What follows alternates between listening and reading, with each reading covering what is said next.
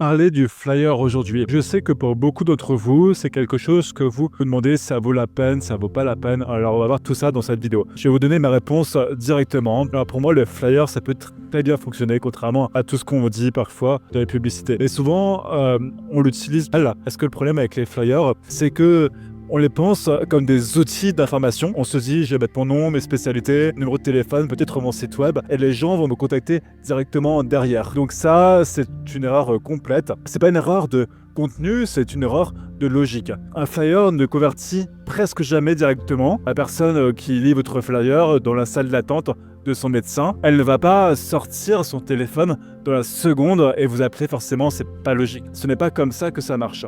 Elle va prendre le temps de lire, elle va peut-être trouver ça intéressant, mais ensuite elle va mettre de côté l'information et passer à autre chose. Alors c'est pas qu'elle n'est pas intéressée, c'est que le moment entre voir votre flyer, passer à l'action, ce moment est trop long, trop incertain, trop plein de friction. Donc le vrai rôle du flyer, ce n'est pas de conclure, c'est simplement de créer un point d'entrée, un point de départ vers quelque chose de plus simple, de plus immédiat. Et c'est cette distinction-là qui change. Pensez à la dernière fois que vous avez scanné un QR code quelque part, sur un menu de restaurant, sur une affiche dans le métro, sur un prospectus dans une boîte aux lettres. Vous l'avez fait parce que c'était facile, prenez seulement 3 secondes, parce que la curiosité était là et que l'action demandée était vraiment minuscule. C'est exactement ça que doit faire le flyer.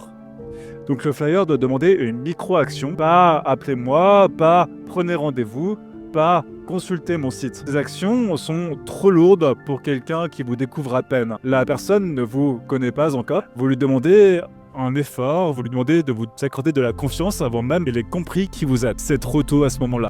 La micro-action, c'est quoi concrètement ? Ça peut être par exemple un scan de QR code qui mène vers une page, mais avec une seule phrase, un bouton, pas quelque chose de trop complexe. Ça peut être aussi un message WhatsApp pré-rempli, le genre de lien, vous savez, qui ouvre WhatsApp directement avec un petit texte déjà écrit, comme par exemple « Bonjour, je voudrais en savoir plus sur vos services ». La personne, elle a qu'à envoyer quelque chose de tellement simple que ça ne demande aucun effort. La règle que j'utilise moi pour évaluer micro-action, c'est celle-ci. Est-ce que ça prend moins de 30 secondes ? Si oui, c'est une micro-action. Si ça prend plus de 30 secondes, ça demande une prise de décision, et une décision dans ce contexte-là, c'est souvent remise à plus tard. Non, plus tard, ça veut dire jamais. Et il y a aussi une dimension psychologique qui est importante dans la micro-action. Plus ça demande à quelque chose que la personne fait déjà au quotidien, plus elle sera encline à la faire, plus elle sera facile à déclencher. Par exemple, scanner un QR code, tout le monde le fait aujourd'hui dans le restaurant par exemple pour sélectionner son repas. Envoyer un message WhatsApp, c'est le geste de base de la plupart des gens. Donc déjà, on choisit un geste lié, on l'adapte à notre contexte, puis voilà, il n'y a pas besoin d'inventer quelque chose de compliqué. Ce qui ne marche pas par contre, c'est demander à quelqu'un de créer par exemple un compte sur une plateforme, de remplir un long formulaire ou de naviguer dans un site avec plusieurs menus. Ces actions ne sont pas énormes en elles-mêmes. Et dans un contexte de découverte, elles créent suffisamment de friction pour que la personne abandonne. La question que vous devez vous poser à chaque fois que vous concevez votre action, c'est est-ce que quelqu'un pourrait faire ça pendant une attente aux urgences, par exemple, avec un bébé dans les bras puis un téléphone dans l'autre main ? Si oui, l'action est suffisamment simple. Par exemple, prenons l'exemple de, Sophie. Sophie, elle est naturopathe. Elle s'est installée depuis 8 mois dans une ville de taille moyenne. Elle a fait faire des flyers au bout de 2 mois. Donc c'est une jolie mise en page. Ses coordonnées, son site, sa spécialité. Elle déposait des flyers des pharmacies du quartier, quelques salles de sport, la salle d'attente de 2 ostéopathes et avait accepté. Le résultat, elle n'a eu aucun appel direct.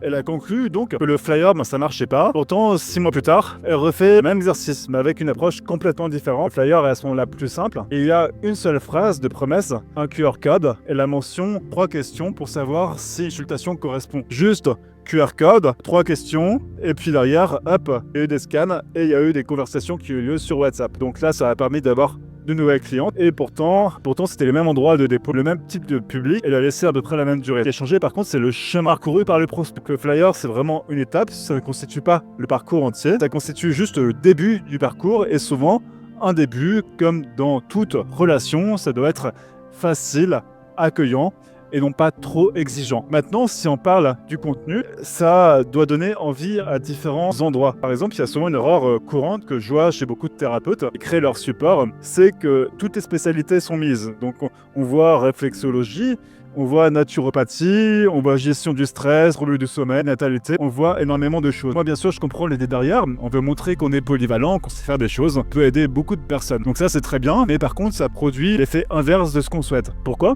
Parce que le lecteur ne sait plus à qui ça s'adresse vraiment. Et si ça s'adresse à personne en particulier, alors ça s'adresse à la personne qui vous regarde à ce moment-là. Un flyer efficace doit parler à une personne précise dans une situation précise, pas à tout le monde dans toutes les situations. Ça ne veut pas dire que vous refusez des clients, ça veut simplement dire que votre flyer choisit son lecteur cible et que ce lecteur-là se reconnaît immédiatement. Donc vous, par exemple, vous dormez mal depuis que vous avez pris ce nouveau poste, c'est plus parlant que accompagnement, bien-être, gestion du stress. La première phrase crée donc une reconnaissance, la deuxième phrase crée de la neutralité et la neutralité ne fait pas agir. Pensez donc à la façon dont vous lisez un document. Lisez vite.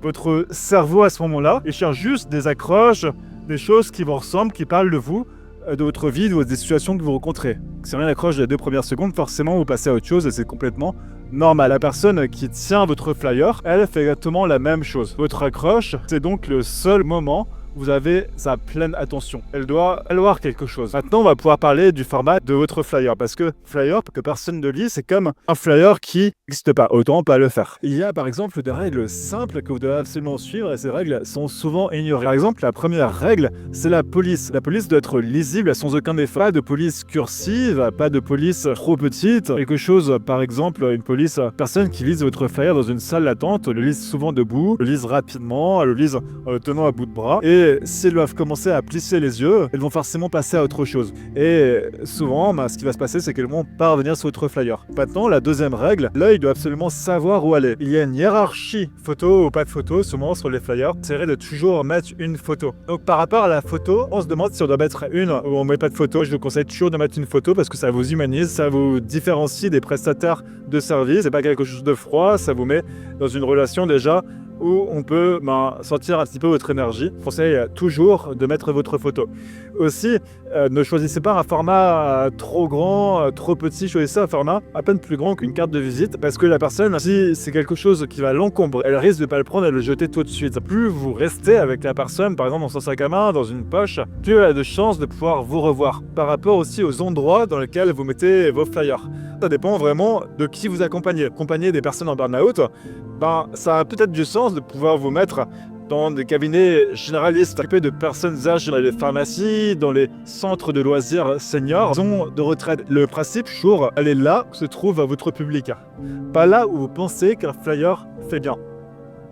Un flyer, donc, bien ciblé, dans 5 endroits, vaut infiniment mieux qu'un flyer généraliste dans 30 endroits différents. Et quand vous déposez ces flyers, ne laissez pas juste en pile sur un comptoir et vous présenter au gérant, dire qui vous êtes, ce que vous faites. Vous pensez que votre travail peut intéresser les personnes qui viennent là. Un gérant des pharmacies, par exemple, qui sait qui vous êtes, va naturellement orienter les clients vers votre flyer. Une pile qui serait anonyme, déposée juste à la volée comme ça, forcément, ça va pas vous aider. C'est aussi important de repasser régulièrement pour voir qu'est-ce que devient la pile, prendre des nouvelles, entretenir la relation. C'est vraiment du travail aussi quand on dépose des flyers. Maintenant, il y a un autre endroit qui est souvent oublié, c'est les lieux d'attente. Pas les salles d'attente médicales, laveries, les bibliothèques, car ce sont des endroits où les gens attendent naturellement, ils ont du temps, ils sont disponibles. Et ça, c'est plutôt bien. Pour lire bon pièce qui traîne, je vais maintenant aborder aussi la question du renouvellement. Un flyer que vous avez déposé par exemple il y a 6 mois qui traîne toujours sur un présentoir, là c'est plus un atout, venu au contraire un signal de négligence. Un flyer jauni, c'est revoit le mauvais message. Si vous ne prenez pas soin de votre flyer, pourquoi est-ce que quelqu'un ferait-il confiance pour prendre soin de lui? Règle donc que je recommande absolument, c'est de repasser tous les 6 à 8 semaines, filer la pile, la remplacer s'il y a besoin.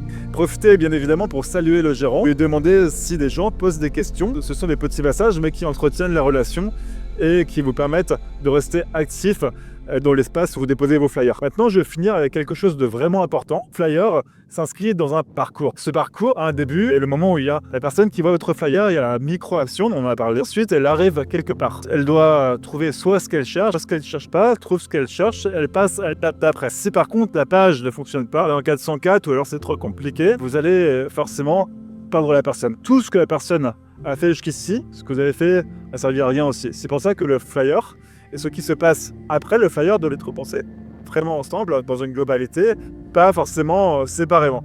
Ce parcours doit être absolument fluide. Chaque étape doit mener naturellement à la suivante. La page sur laquelle arrive la personne, après avoir scanné le QR code, doit avoir le même ton que le flyer. Elle doit reconnaître quelque chose. Si le flyer est chaleureux, si la page est froide et administrative, c'est pas la même chose. C'est une rupture et une rupture dans une prise de contact. C'est là que les gens lâchent. Donc avant de faire imprimer quoi que ce soit, testez le parcours complet, comme si vous étiez à la place de votre prospect. Vous prenez votre téléphone, prenez votre propre QR code, vous voyez ce qui se passe. Est-ce que ça marche? Est-ce que ça marche pas? Ça tombe sur toi. Est-ce que c'est clair en 3 secondes? Chaleureux? Est-ce que c'est abonnant? Est-ce que l'action suivante est évidente? Est-ce que je dois poser des questions? Est-ce que le ton est cohérent? Est-ce que vous avez promis sur le flyer? Donc si vous n'êtes pas vraiment sûr, forcément, je vous invite à recommencer. Et faites tester par quelqu'un qui ne vous connaît pas. Ça, c'est vraiment important parce que vous aurez à donner. Donc pas des amis thérapeutes, mais quelqu'un complètement extérieur à votre milieu. Demandez-lui ce qu'il en pense, qu'elle comprend en 10 secondes, et sa réponse vous dira ce que vos futurs lecteurs vont pouvoir retenir. Souvent, c'est très différent de ce qu'on pense. Retenez de cette leçon, Flyer ne vend pas, il l'invite, crée la relation, il lui rend l'invitation.